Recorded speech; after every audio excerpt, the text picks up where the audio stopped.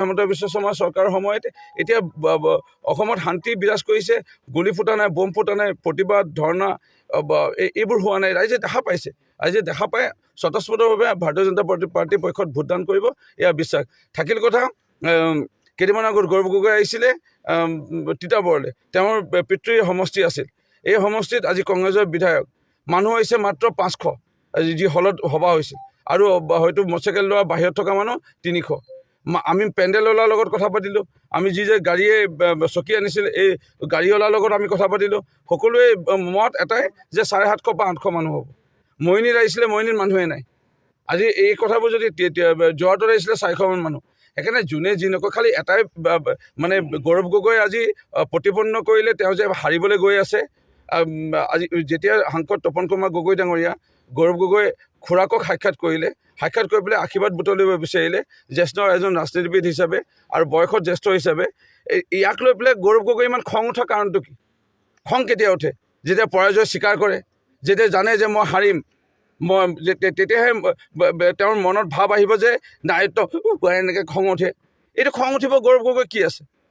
গৈছে, তেওঁ গৈছে, মই মোৰ কাম কৰিছোঁ, তেওঁ এনেধৰণৰ মন্তব্য দিব লাগিছিল। কিন্তু তপন কুমাৰ গগৈ ডাঙৰীয়াই গৌৰৱ গগৈ খুৰাকক সাক্ষাৎ কৰাৰ কাৰণে খং উঠাটো, এইটো এটা সস্তীয়া মানে ৰাজনীতিলৈ নামি পৰিল। যিটো সস্তীয়া ৰাজনীতিত এইটোৱে বুজালে যে তেওঁ হাৰিব, তেওঁ পৰাজয় আগতে স্বীকাৰ কৰিছে। আৰু অখিল গগৈ এইপিনে মতামত দিছে ইংলিছ আৰু হিন্দী কোৱা লৈ পেলাই। মোৰ হাঁহি উঠিছে। অখিল গগৈক অনুৰোধ জনাইছোঁ, তেওঁ 5 মিনিটৰ কাৰণে হিন্দীত অকণমান বক্তব্য ৰাখি পেলাই যদি অসমৰ ৰাইজক শুনাই দিয়ে, তেওঁ যদি ইংলিছত 5 মিনিট বক্তব্য ৰাখি শুনাই দিয়ে। সুৰেশ বৰা ডাঙৰীয়াৰ লগত মোৰ খুবেই ভাল সম্পৰ্ক। তেখেতে মাজে মাজে ফোন কৰে, মই তেখেতক ছাৰ বুলি সম্বোধন কৰোঁ। আৰু মই ছাৰক আহ্বান জনাইছোঁ, অসম আজি প্ৰগতি পথত।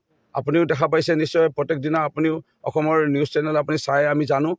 আৰু আপুনিও এজন অসমৰ হিতৰ কথা চিন্তা কৰা এজন লোক।